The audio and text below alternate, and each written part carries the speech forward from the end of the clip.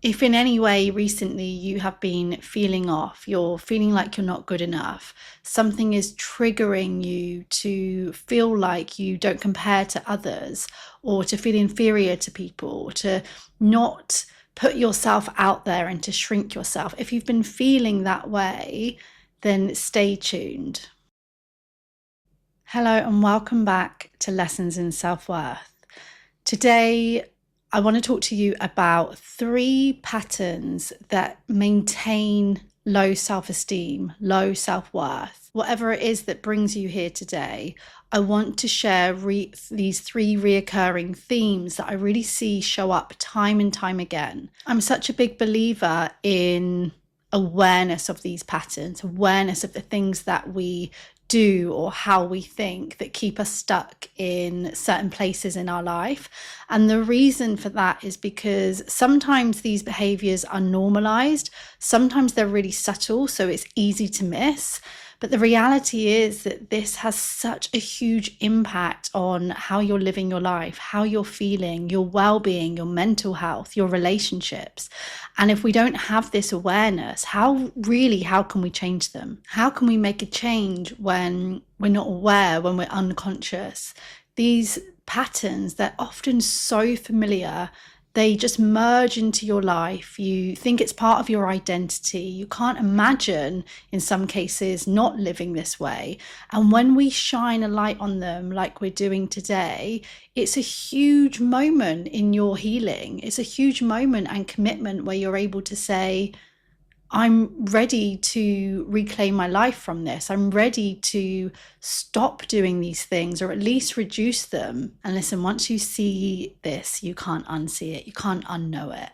I remember a moment so clearly. I had woken up one morning and it was just like something came over me. I remember this sudden knowing.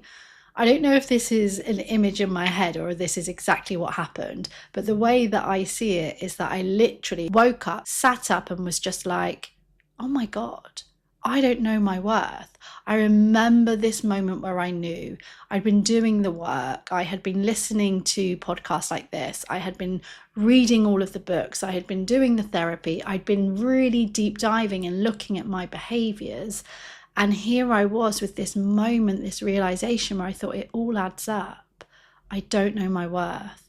And that's what I want to share with you here today. I want to skip some of that and go straight in and say these behaviors often indicate that you're not knowing your worth right now. You're in this sort of low self-worth energy or low self-worth vibe. And let me say something that's really important at this point. There are reasons why you will have developed this mindset or these patterns.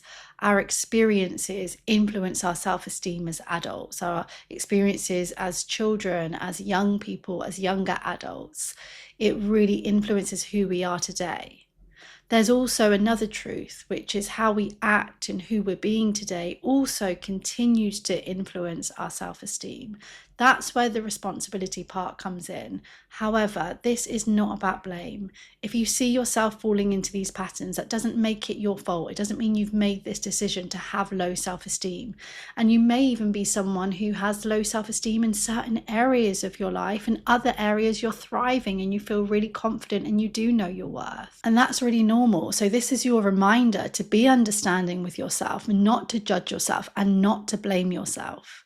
This is about change. This is about ownership. This is about moving towards the life that you desire for yourself. Now, speaking of which, I am running a free online call. It is your chance to check in with your self-worth. I really believe, and research shows us, that self-reflection and checking in with yourself is really important for your personal development and for maintaining change. If you're someone who is currently doing the work on your self-esteem, truly trying to believe in your worth, overcome self-doubt and reconnect with yourself, then the self-worth reset is for you. I'm going to show you how to feel calmer, how to feel more in control, and how to really build your self-esteem.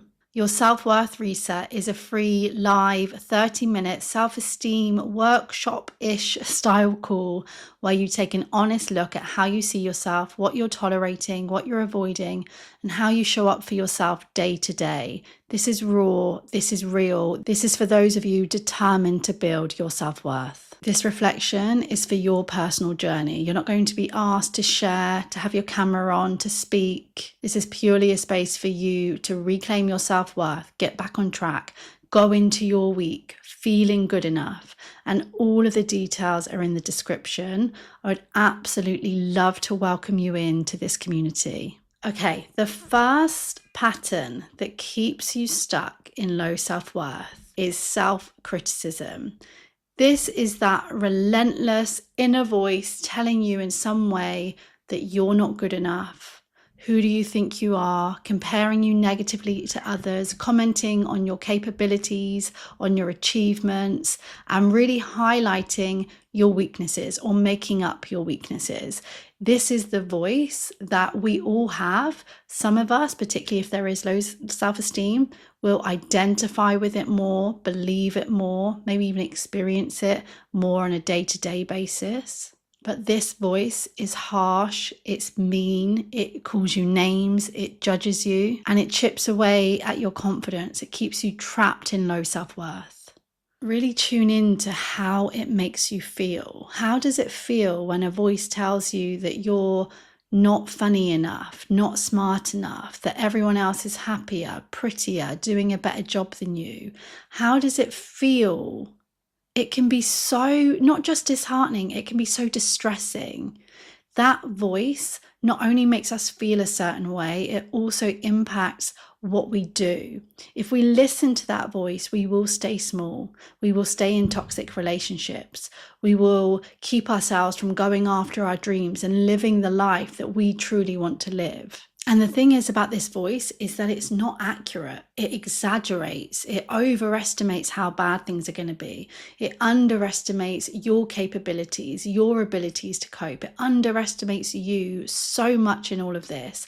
And like I say, because you believe it, you feel it. And even when you do find some facts, even when there are some bits of evidence that support your inner critic, there's still so much missing. You're still missing so much perspective. You're not zooming out. You're taking this harsh inner voice to be fact. And for some of you, it won't just be that inner language. It won't just be a voice. For some of you, it's a feeling. It's this overwhelming feeling of being inferior or not being good enough. And you need to be really skilled at listening to that. So take a moment to reflect. Is the way that you talk to yourself, is that impacting you? Is that having any influence on your day to day, on your mood, on how you show up? Maybe you can journal on that, but really consider, is this something that keeps me stuck in low self-worth? And if the answer is yes, that puts you in a really good position, because guess what? We can change how we talk to ourselves. We can move from self-criticism towards self-compassion. And that's so good for us, that movement, because yes, it improves our self-worth, which has a better influence on our relationships, how we feel, our mood. And I think, our well-being, our mental health, our happiness, that is such a priority. And that ripples out into the other areas of your life. The second pattern is that your actions are out of alignment with your values. Now, I've alluded to this one a little bit already in the first part. But this is really about, there is a life that you desire. There are things that are important to you, a vision that you have perhaps, and your actions are not aligned with that, because your actions are essentially aligned with your core beliefs, your fears, the rules that you hold about who you should be and who you must be. And that is quite often outdated. And so there are people like Anna. Anna loves to run. Anna loves being outside, and she would absolutely love to run a 10K outside. But Anna doesn't believe that she would be capable of that. She thinks that people would laugh. She thinks that she would fall behind everyone else. She thinks that she would trip over, and she negatively predicts everything about doing a 10K outside around other people.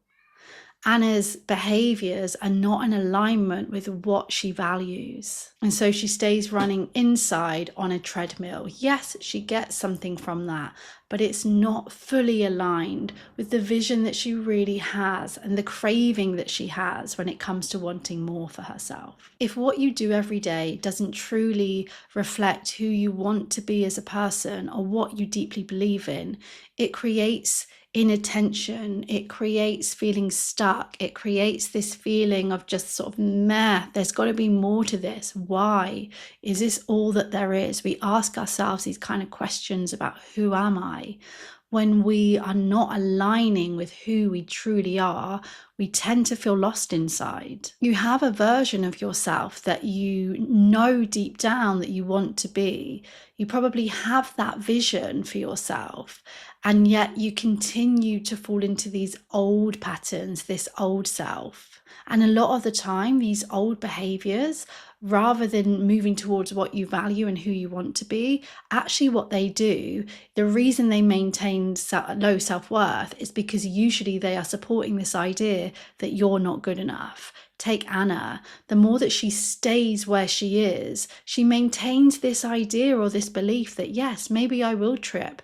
Maybe I will fall behind everyone else. I'm not going to be able to do it. It's going to be awful. I'm not going to be able to cope. And you know what? Even if Anna went on this run outside and she tripped over or she came last, guess what?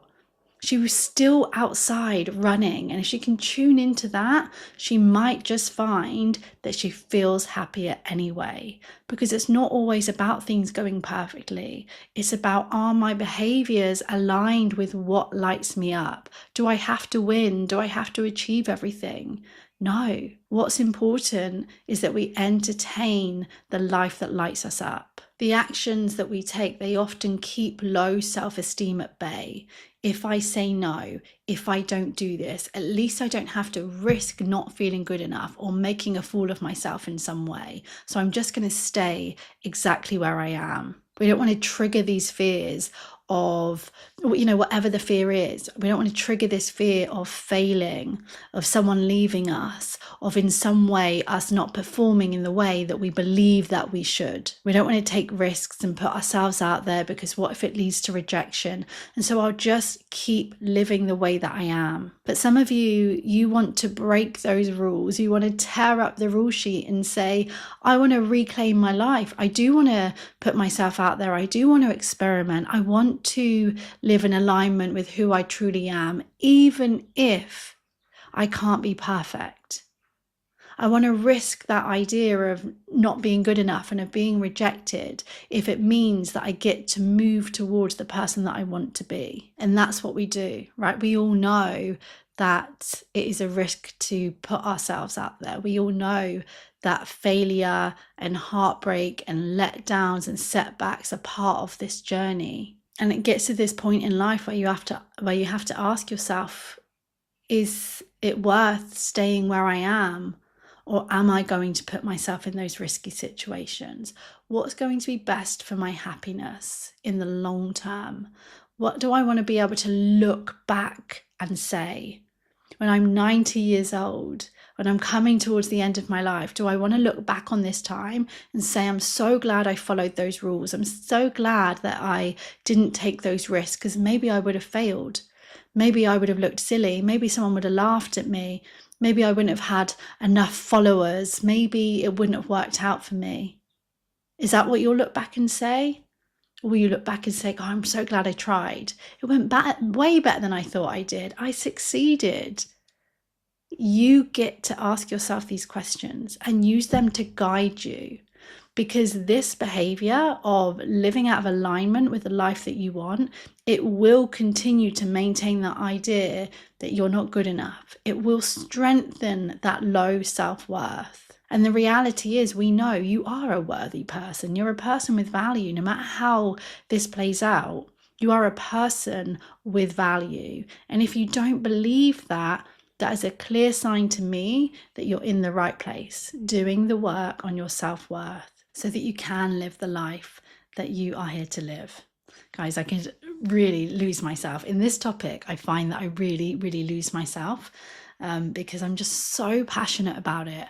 But okay, the third pattern is that you neglect your own basic self-care. So if you see yourself neglecting your basic self-care, I want you to know that this can maintain that idea that you lack your own value, that you do not believe in your value, you don't believe in yourself. It keeps that going. You're sending yourself an indirect message, or maybe a direct message, that you're not important, that you don't count when you don't look after your basic needs. I'm talking about, are you taking lunch breaks? Are you resting? Are you letting yourself go to the toilet when you need the toilet? Are you watering and feeding yourself? Are you showering? Are you entertaining things that give you pleasure, that bring you joy? Are you sleeping when you need to sleep? Because if you don't take care of these things, who's going to take care of them? Many of you know that I have a 1-year-old. It is my job to meet my daughter's basic needs. What message would it send my daughter if I didn't meet her basic needs? That she's not important, that she's not good enough, that she's not worth it. As adults, we are the ones that have to meet our basic needs. And if you're not meeting them, you are telling yourself that same thing, that you're not important. And the interesting thing to me is you're often looking for other people to meet your needs. You're often looking for other people to fulfill you and give you what you need, when you're not pausing and stepping back and really checking what you're giving yourself, because you are your first point of contact. You're the first person to check in with. And that will be the self-worth reset. So make sure you go to the description and join that if this is talking to you, because you are the person that is going to meet your basic needs. And I know, I get that feeling when you just want someone else's support. You want someone else to do that for you, or there's this resentment or grief about the fact that there were times in your life where you didn't have your needs met. I get that. But as adults, it is our chance to reclaim our lives, to reparent ourselves. And meeting your basic needs is such an important way to say, I am good enough. I am worthy. I am important. I do deserve this. And when you meet your own needs, it's only going to up level what you will tolerate from other people. So if you're one of those people who has really low expectations when it comes to treatment from others, that is going to increase. If you really lack boundaries at work or in your relationships, they are going to get better when you meet your own basic needs. Because if you're not doing that, if you're not respecting yourself in that way, are you really going to be able to understand what it feels like to be respected by other people? You have to respect yourself first. And I just want to say this as well, because I can see I've added it to my notes, but you can expand more from this. What are your non-negotiables for your well-being? And are you doing them? If there are things that you know, this absolutely is good for my mental health. This makes me happier. This makes me more likely to have a good day. The question is, are you doing those things? Are you prioritizing them? If you know that mindfulness makes you have a better day, getting out in nature helps you to think clearer. If you know that having a coffee break at work helps you cope with the afternoon, are you doing those things? Because no one's going to do them for you. And when you're not prioritizing yourself, it is maintaining low self-worth. If you look at these 3 patterns and you really feel like, I know this, Carly, like I know this, I see it, and I've been trying to change it, but I'm really struggling to change it, then please do come to your self-worth reset and we will help you through this. If you are making some solid change and this is just going to support that, then come and get that on paper. Come to the self-worth reset and let's really get this on paper and make this happen and just strengthen the journey that you're on. If you've been carrying that low self-worth energy, falling into these patterns or feeling stuck, I know that this information can help. What you need to do now is decide, okay, I've got this awareness. What am I going to do different this week? What am I going to put into action? Because that's what makes a real shift. Move towards what makes you feel and know that you are the worthy person that you are. Thank you so much for being here. I honestly do not take it for granted. I love this community growing. I absolutely love that we've now got this space for lessons in self-worth, for growing self-esteem, and really creating a life that feels fulfilling for you and meaningful for you. That is part of my goal, to be here and to support you towards that. Okay, wherever you're listening to this, if it's YouTube, Spotify, please leave a comment. I love to engage with you. I really want to hear as well what topics you want me to cover when it comes to self-worth. If you're listening anywhere else, make sure that you follow me on Instagram, carlyann_therapy. You can jump into my DMs and let me know what topics you want. Let's make this such a valuable, incredible space that you feel like you want to keep returning to. Okay, I will be back here very soon.